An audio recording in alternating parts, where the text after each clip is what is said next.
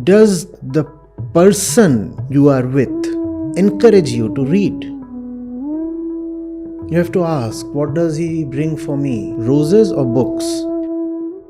If someone has a stake in making you better, that person will push you towards books. Books are what we all need.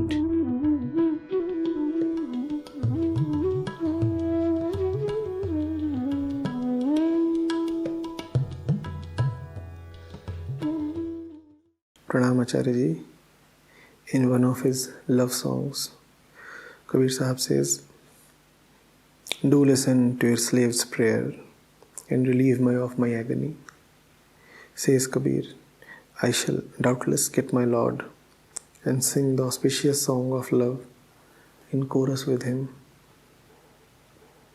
Now, Mutasim's question is, on one hand, Kabir aims for unison with God. On the other hand, he also says he is doubtless. How can these two coexist? How can Kabir Sahib be doubtless? This doubtlessness is the hallmark of love, Mutasim. What is love? These two things together.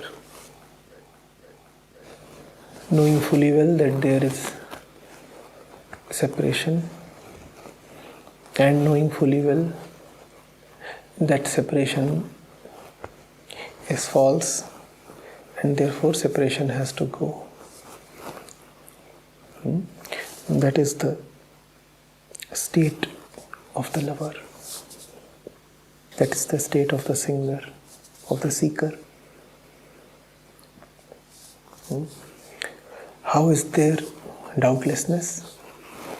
Because of suffering, because of the fact of suffering. So the two facts that you talked of are not in opposition to each other. In fact, they complement each other. First thing you talked of was the acknowledgement of suffering, the yearning, the agony. And the second thing you talked of was the utter assurance that union is inevitable. It is because of the first that the second is there. You will ask how? When suffering is so very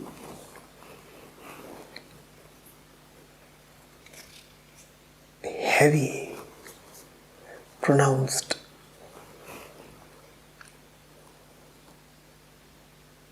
then your honesty makes it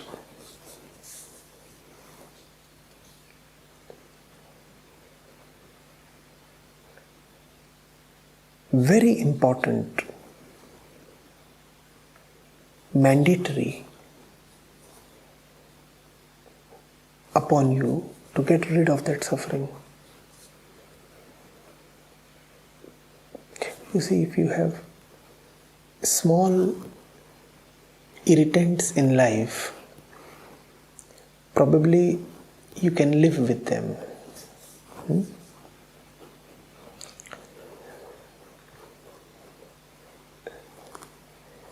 If you have a little bit of back pain and you go to the doctor, he will suggest you certain medicines, maybe certain exercises, maybe.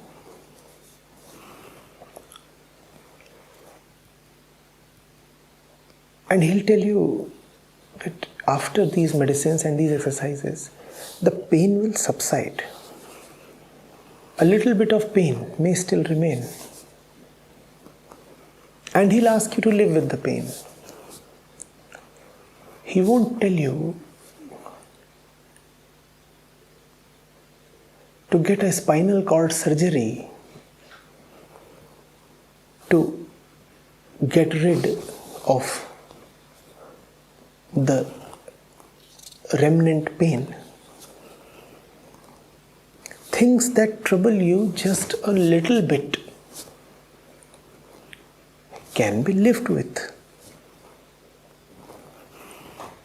We all live with a little bit of discomfort here and there, don't we? There would be nobody, for example, who would not have some relationship issue, some physical problem, even some psychological problem. But we don't jump into drastic measures to get rid of pimples, do we? Small things. Who wants to invest too much energy in them? So the small can be allowed to coexist with you.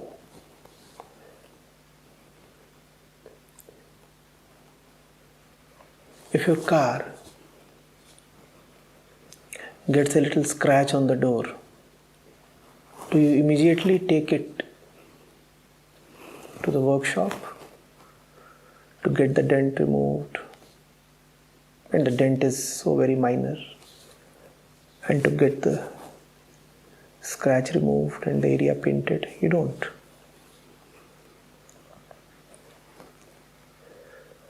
But if your car gets a nice enough accident,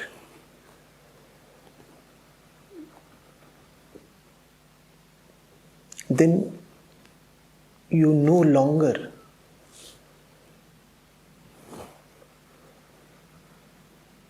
continue to tolerate the broken condition of the car. Then you necessarily take it to the workshop.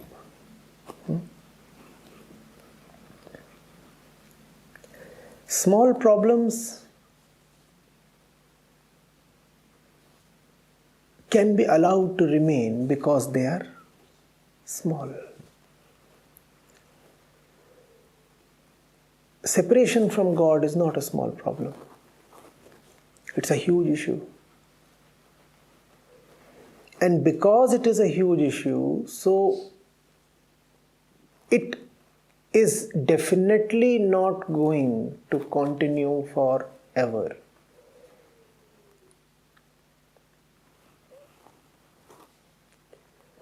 A pimple on the skin can continue for long. Some pimple here, some pimple there. It can continue for long. But skin cancer cannot continue for long. Either you finish it or it finishes you. And therefore there is no doubt that something will yield, that something will go. That is from where Kabir Sahab gets his doubtlessness.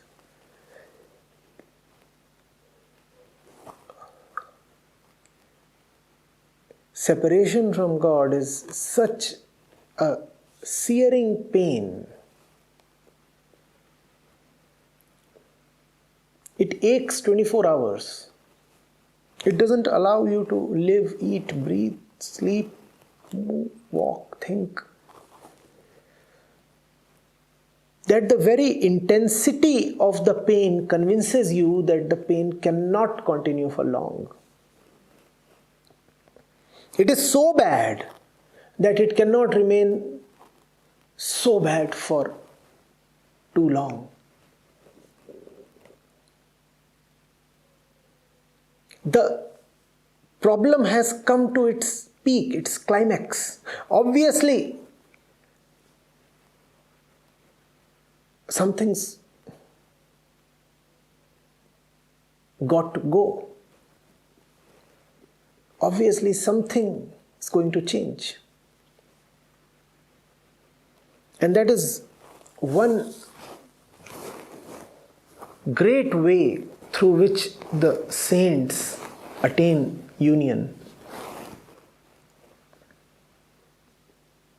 For them, the situation turns so bad that it has to now turn for the good.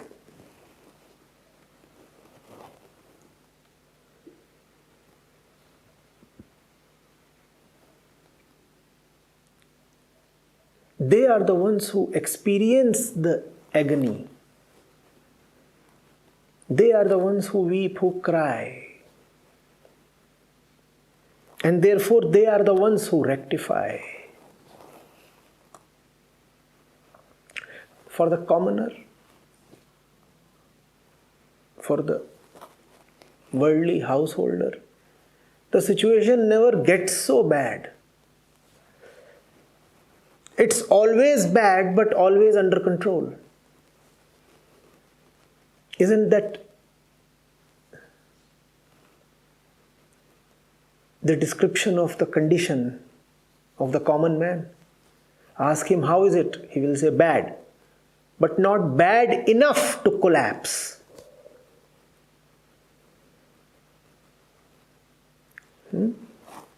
And because things are never bad enough for him to collapse, so his false structures stay put.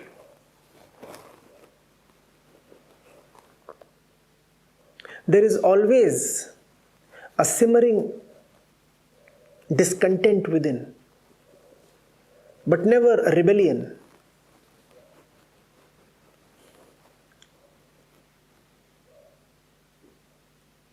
Why is there never a rebellion? Because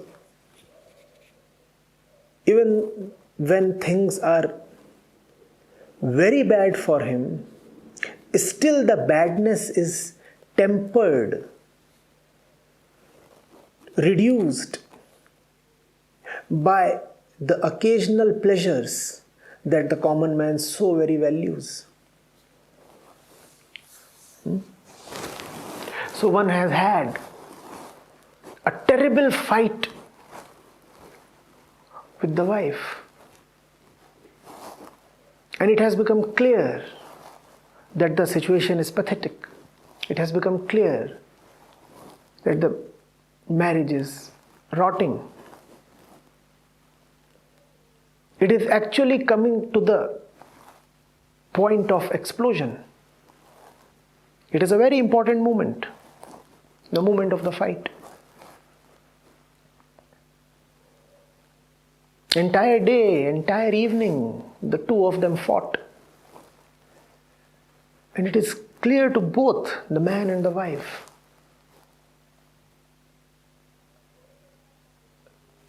that life is full of suffering.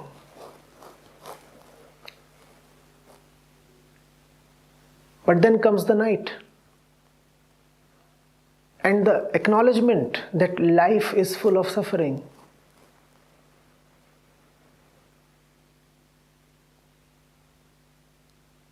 just disappears. A little bit of sexual engagement is enough to make both of them forget that the situation is terrible. Next morning, the two will wake up largely forgetful of the hell that they experienced the entire day before.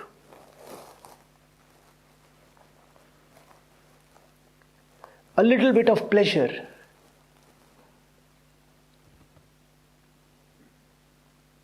is enough to make man tolerate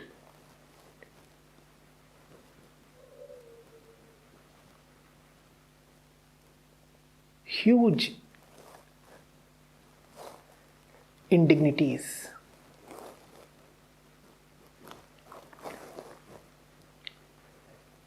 The saint is not sold out to pleasure.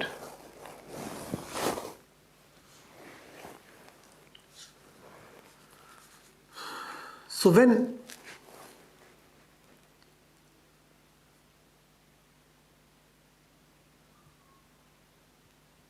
suffering hits him, suffering stays with him. He does not quickly get out of it. The common man has coping mechanisms. The saint has no coping mechanism.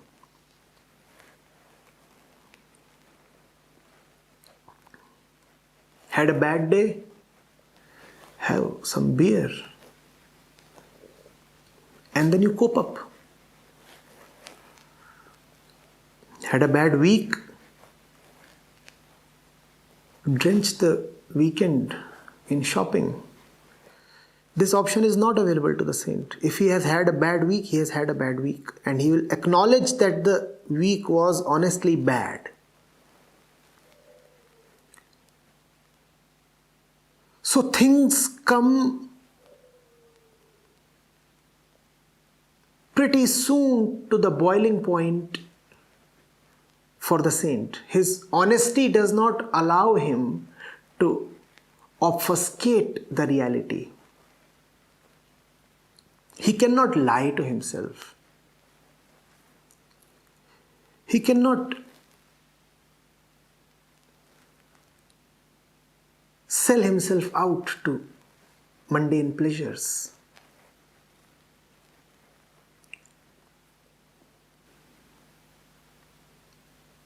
And so he is convinced, so he is doubtless.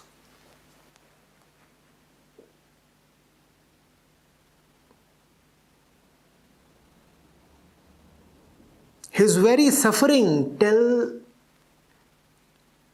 tells him of freedom from suffering. He knows that suffering of this magnitude, suffering of this intensity, just cannot continue.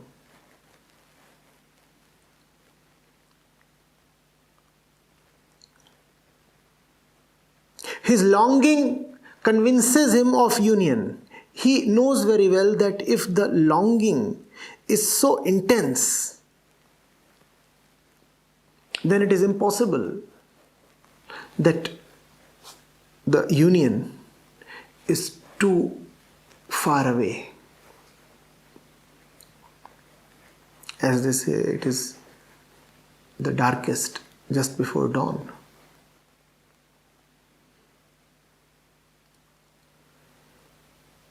The world is the world, life is life. The difference between the saint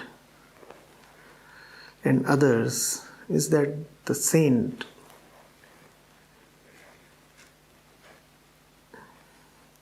does not compromise very easily. He has a knack for reality. He has a taste for honesty.